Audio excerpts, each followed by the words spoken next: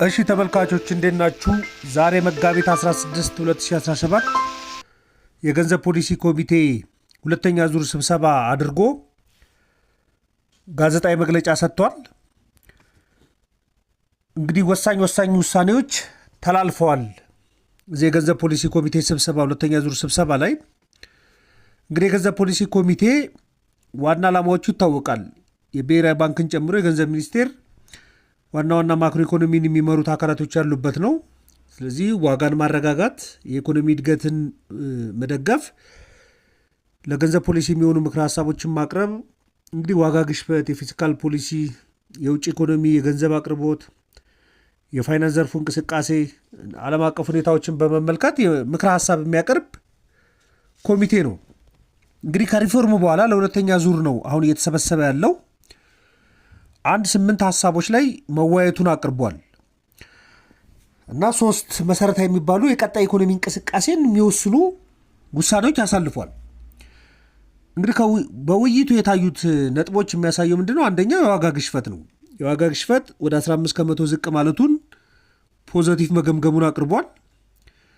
በሁለተኝነት እድገትና ኢኮኖሚ እንቅስቃሴዎች እንግዲህ ምቹ ምህዳር መፈጠሩን፣ በተለይ የመኸር ወቅት ላይ ያለ የዝናብ አቅርቦት ከፍተኛ የግብርና ምርት እንደሚኖር እንደሚያመላክት፣ የቡናና የወርቅ ዋጋ ማደጉን፣ የምርት መጠን ማደጉን፣ የውጭ ንግድና ቱሪዝምም ማደጉን ፖዚቲቭሊ መገምገሙን አቅርቧል። በሶስተኝነት የገንዘብ ሁኔታን ነው። እንግዲህ የገንዘብ ዝውውር መጠኑ መጨመሩን አቅርቧል። የገንዘብ አቅርቦት በ22.8 ከመቶ ማደጉን፣ መሰረታዊ ገንዘብ ደግሞ በ42 ከመቶ ኢኮኖሚ ውስጥ ማደጉንና የሀገር ውስጥ ብድርም በ19.8 ከመቶ ማደጉን ፖዚቲቭሊ እንደገመገመ አቅርቧል። በተለይ ከብሔራዊ ባንክ ከወርቅ ከፍተኛ ውጭ ምንዛሬ ስላገኘ ኢኩቫለንት የሚሆን ተመጣጣኝ ገንዘብ ወደ ኢኮኖሚው መልቀቁን፣ ለምሳሌ ታስታውሳላችሁ ወደ 60 ሚሊዮን ዶላር በጨረታ ወጥቶ ነበር። ኦልሞስት 8 እና 7 ቢሊዮን ብር ማለት ነው። እሱ ወደ ኢኮኖሚ የተለቀቀ ገንዘብ ነው። ስለዚህ የገንዘብ ሁኔታ መሻሻሉን አቅርቧል። አራተኛው የወለድ ተመን ጉዳይ ነው። በተለይ የግምጃ ቤት ሰነድ የወለድ ተመን ወደ 17.7 ከመቶ ማደጉን አቅርቧል።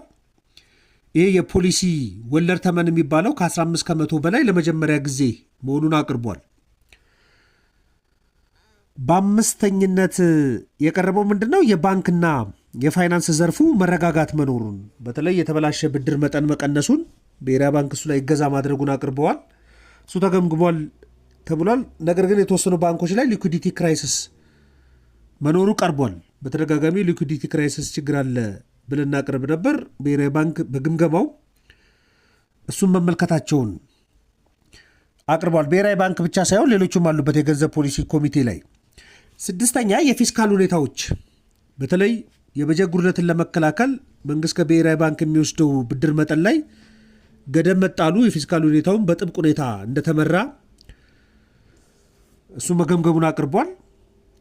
በሰባተኝነት የውጭ ኢኮኖሚ ዘርፉ፣ በተለይ ከሐዋላ የተገኘ የውጭ ምንዛሬ ማደጉን፣ ከውጭ ንግድ የተገኘው የውጭ ምንዛሬ መጠን ማደጉን፣ ደግሞ በብሔራዊ ባንክ ያለው የመጠባበቂያ የውጭ ምንዛሬ ሪዘርቭ ማደጉንም አቅርቧል። እሱም መገምገሙን ኮሚቴው መገምገሙን አቅርቧል። ስምንተኛው ዓለም አቀፍ ሁኔታዎችን እንግዲህ 2025 ወደ 2026 የዓለም ኢኮኖሚ ሁኔታ በተወሰነ መልኩ ማደግ፣ የዋጋ ንረት ላይ የተወሰነ መልኩ መቀነስ ሊስተዋል ይችላል። ግን ዓለም አቀፍ ሁኔታው ለኢትዮጵያ ኢኮኖሚ ጥሩ ዕድል ማምጣቱን፣ በተለይ በዚህ ዓመት የነዳጅ ዋጋ በ9 ከመቶ መቀነሱ እንደ ዕድል፣ የቡናና የወርቅ ዋጋ ደግሞ በዓለም አቀፍ ሁኔታ መጨመሩ ለኢትዮጵያ ኢኮኖሚ ዕድል እንዳመጣ ኮሚቴው መገምገሙን አቅርቧል። ይህን ከገመገመ በኋላ በጣም ወሳኝ የሚባሉ 3 ውሳኔዎችን አቅርቧል። ውሳኔዎችን አቅርቦ አስወስኗል። አንደኛው እንግዲህ የዋጋ ግሽፈት የነጠላ አሃዝ ለማምጣት ሙከራ ቢደረግም ግን ስቲል የነጠላ አሃዝ ላይ ከ10 ከመቶ በታች ስላልሆነ ጥብቅ የሆነ የገንዘብ ፖሊሲ ይቀጥላል ብሎ ወስኗል፣ አስወስኗል። እሱ ጥብቅ የሆነ የገንዘብ ፖሊሲ መካከል የብሔራዊ ባንክ የፖሊሲ ተመን ይታወቃል። ባንኮች ከብሔራዊ ባንክ የሚበደሩበት 15 ከመቶ መደረጉ ይታወቃል። አሁንም በ15 ከመቶ እንደሚቀጥል አቅርቧል። ይሄ መጠን ዝቅ ቢል ጠቅላላ ባንኮች የሚወስዱት የገንዘብ መጠን ከፍ እንደሚል ይታወቃል። ይሄ መጠን ከፍ ቢል ባንኮች ከብሔራዊ ባንክ የሚወስዱት ገንዘብ ሊቀንስ እንደሚችል ይታወቃል። ስለዚህ 15 ከመቶ ብቻ በሱ እንደሚቀጥል ወስኗል። ሁለተኛው በባንኮች የብድር እድገት ላይ 14 ከመቶ እንደነበረ ታስታውሳላችሁ። ወደ 18 ከመቶ አድጓል። ምን ማለት ነው? ባንኮች አምና ካበደሩት ውስጥ ዘንድሮ ማበደር የሚችሉት በ18 ከመቶ ብቻ እንዲሆን ተወስኗል። ይሄ ይለቀቃል የሚል ሀሳብ ነበረ። ነገር ግን እስካሁንም ድረስ ዋጋ ግሽበቱ የተመለሰ ስላልሆነ ወደ አንድ ዲጂት ስላልወረደ በ18 ከመቶ ይቀጥላል። ስለዚህ ጥብቅ የሆነው የገንዘብ ፖሊሲ ይቀጥላል ብሎ ወስኗል። በሶስተኝነት እንግዲህ ብሔራዊ ባንክ የሚሰጣቸው የቋሚ የተቀማጭ ሂሳብ አገልግሎቶች አሉ፣ ቋሚ የብድር አገልግሎቶች አሉ። እንግዲህ ወለዱ ለዚህ የሚከፈለው ወለድ ባለበት እንዲቀጥል ወስኗል።